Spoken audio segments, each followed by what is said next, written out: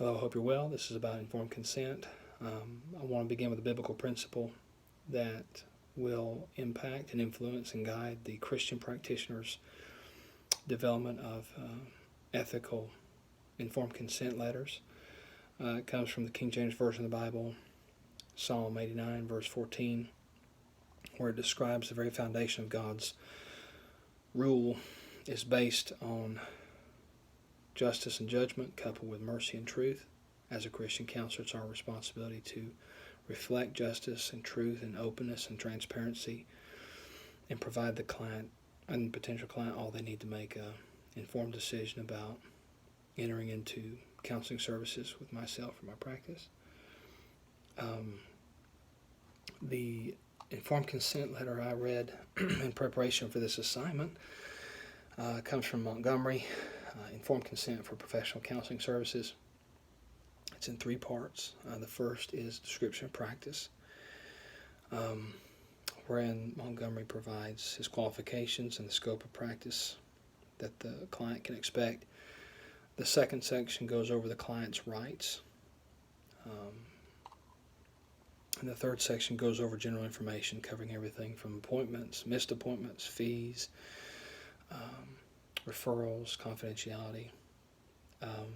How does this stack up to the ACA Code of Ethics requirements for ethical informed consent? Well, I feel like this document meets the ACA 2014 Section A2A requirements that the client is given all the relevant information to make an informed decision whether or not they want to continue or terminate services.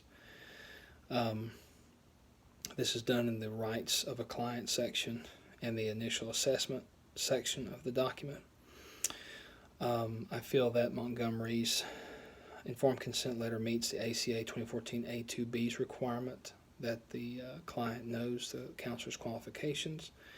The counselor is making the client aware of potential risks and benefits, and the client will be involved in the course of treatment planning.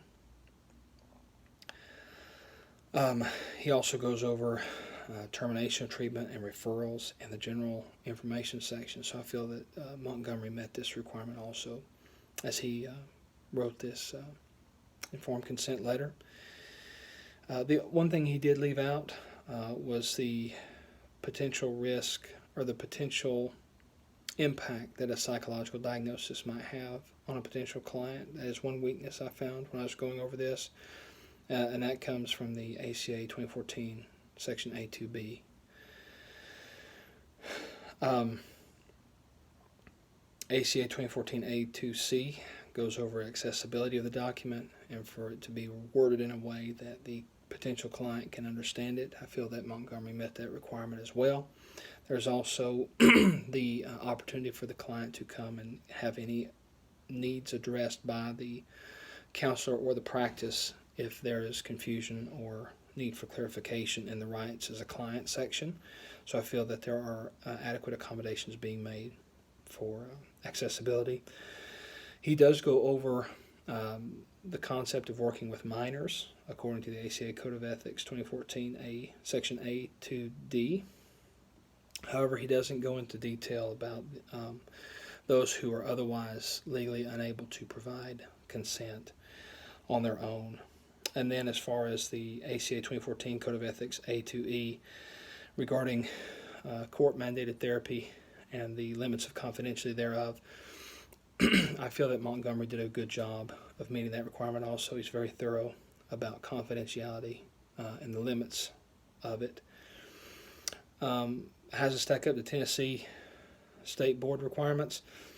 Tennessee's, I read the requirements, and Tennessee just requires that you report malpractice issues or criminal convictions. Another thing I appreciate about this informed consent letter, it meets Lustgarten et al.'s idea that a written informed consent is to be preferred over verbal informed consent, so that the client can go back and reference it later. So I thought it was a very good informed consent. Thank you so much.